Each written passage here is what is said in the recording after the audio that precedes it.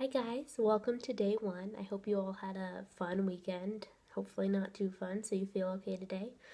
So, nutrition was something that all of you said you struggled more with than fitness. So we're going to focus on nutrition more this week. We'll include all of them, but we're going to start with nutrition today. So I want you guys to know that Katie and I have not always found the balance that we have found now. We've fallen off our meal plan, we've lost track, we've given into temptations. It took me a whole year of college to figure out my healthy eating. And I'm not perfect. I just ate like a fourth jar of peanut butter literally 10 minutes ago. So don't think of I hope you know you can relate to us and reach out to us because we're in your shoes. We've just figured out how to find more balance without feeling anxious about it. And we want you to feel the same way at the end of this group. So, abs are made in the kitchen. I know you've probably heard that phrase, but it's honestly 100% true.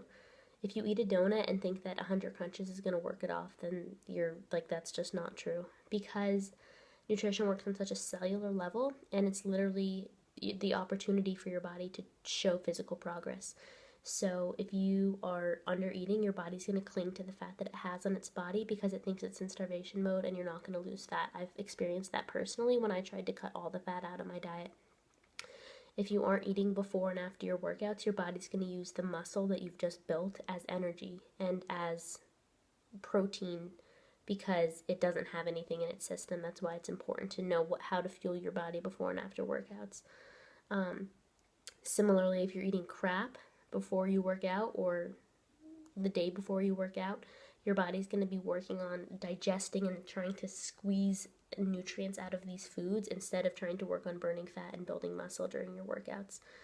So that's why awareness of nutrition is so important. I would rather not be able to work out for 4 weeks than have to eat crap for 4 weeks because you can stay at the level that you're at and probably even show progress with just fixing your eating than you can with sweating 3 hours a day. I used to go on the elliptical for an hour and a half a day and count my calories, and I didn't show any progress. Now I work out for 25 minutes a day, but I figured out my eating, and that's what's more important. So the little choices you make each day really add up. The Diet Coke you have at lunch every day might not seem important, but try cutting it out for a few days and what happens? You have cravings and temptations because it's affecting you on a cellular level, and that's scary. That's why these healthy foods are so important. That's why making these tiny little choices, not having a piece of candy every day. I used to have a tiny piece a day, and I was like, it's tiny, it's fine. But that sugar is in your system on a deep level, and that's why it's important to not have these processed foods in our system. So because these tiny little habits are so important and because our habits turn into our decisions, which turn into our lifestyle, it's a compound effect. So our challenge for today is just to become aware of what we're eating, not to try and fix it, but just become aware of it. So either at the end of the day in one big post or throughout the day in little posts, I want you to rate all of your meals on a scale of 1 to 10, 1 being not healthy, 10 being the healthiest it could be.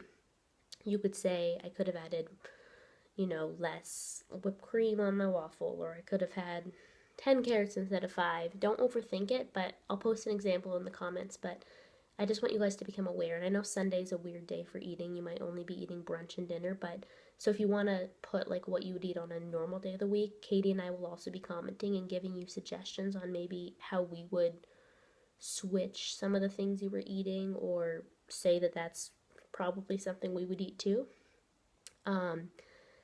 And that's the challenge for today. Just so you know, tomorrow we're going to be talking about navigating the dining hall. So it's good if you can get this post in today because then you'll be able to make changes on what you're currently eating tomorrow.